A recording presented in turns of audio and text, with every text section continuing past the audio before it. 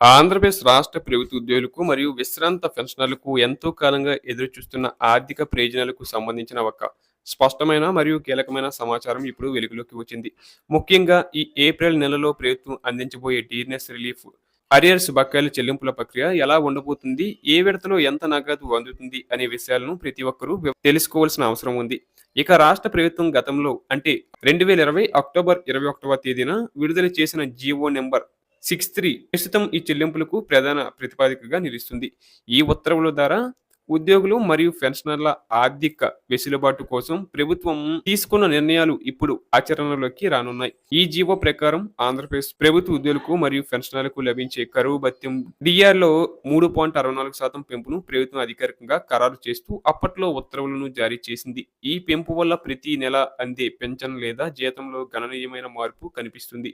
ఇది వారి జీవన ప్రమాణాలను మెరుగుపరచడానికి మరియు పెరుగుతున్న ధరలకు అనుగుణంగా ఆర్థిక వెసులుబాటు కల్పించడానికి తోడ్పడుతుంది.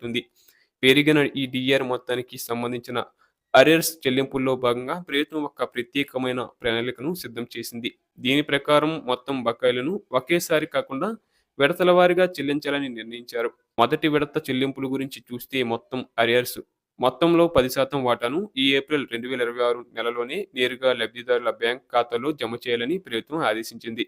అంటే రాబోయే కొద్ది రోజుల్లోనే ఈ నగదు బదిలీ ప్రక్రియ ప్రారంభం కానుంది. ఇది పెన్షనర్లకు తక్షణ ఆర్థిక అవసరాల కోసం ఎంతో ఊరటనిస్తుంది. ఇక మిగిలిన 90% అరియర్స్ మొత్తాన్ని ప్రభుత్వం 3 సమాన విడతలలో పంపిణీ చేయాలని నిశ్చయించింది. ఈ విభజన ప్రకారం రెండవ విడత చెల్లింపులు ఆగస్టు 2026 నెలలో జరుగుతుంది. మూడవ విడత నవంబర్ 2026లో మరియు చివరిదైన నాలుగవ విడత ఫిబ్రవరి 2027లో పూర్తి చేయబడుతుంది. ఈ పద్ధతి వల్ల ప్రభుత్వ ఖజానాపై ఒక్కసారిగా భారం పడకుండా ఉండటమే కాకుండా పెన్షనర్లకు క్రమ పద్ధతిలో నిధులు అందుబాటులోకి వస్తాయి. దీనిని మరింత లోతుగా మరియు గణాంకాలతో అర్థం చేసుకోవడానికి ఒక ఉదాహరణను పరిశీలిద్దాం. ఎవరికైతే బేసిక్ పెన్షన్ 52,000 ఉంటుందో వారికి పెరిగిన 37.31% డిఆర్ ప్రకారం లెక్కగడితే వచ్చే మొత్తం డిఆర్ విలువ 19,400 అవుతుంది. గతంలో ఇదే బేసిక్ పే మీద 17,500 మాత్రమే డిఆర్ లభించేది.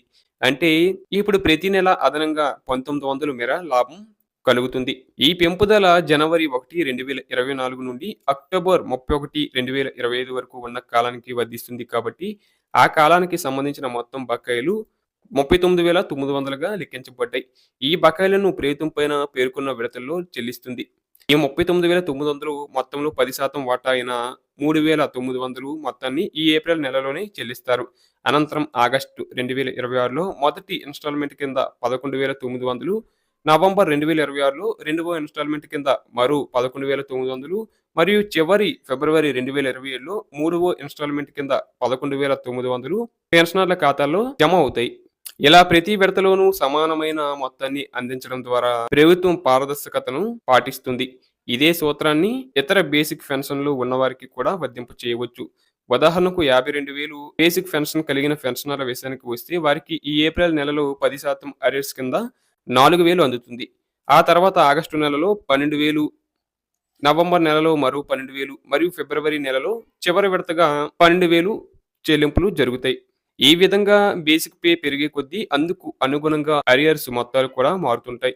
ఇక 52,500, 52,700 మరియు 52,900 వంటి వివిధ బేసిక్ పెన్షన్ స్కేల్స్ ఉన్నవారికి కూడా ఇదే నిష్పత్తిలో 10% మరియు ఆపై 3 సమాన విడతల్లో బకాయిలు చెల్లింపులు పూర్తి చేయబడతాయి.